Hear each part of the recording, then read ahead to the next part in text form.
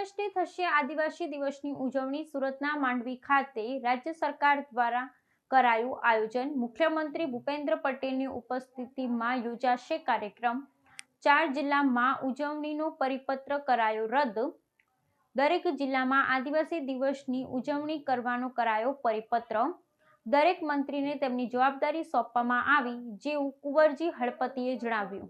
રાજ્ય સરકાર તરફથી વિશ્વ આદિવાસી દિવસ એટલે 9મી ઓગસ્ટના રોજ રાજ્ય કક્ષાનો કાર્યક્રમ માંડવી મુકામે ગુજરાતના મુદ્દે મક્કમ સ્વભાવના મુખ્યમંત્રી ભૂપેન્દ્રભાઈ પટેલ સાહેબના પાવન પગલાની સાથે માંડવીમાં થઈ રહ્યો છે।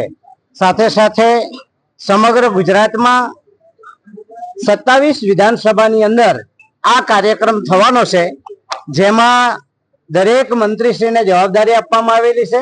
તેના ભાગરૂપે દરેક મંત્રીઓ પણ પોતાના જવાબદાર જિલ્લાની અંદર જઈને એ કાર્યક્રમ કરવામાં આવશે।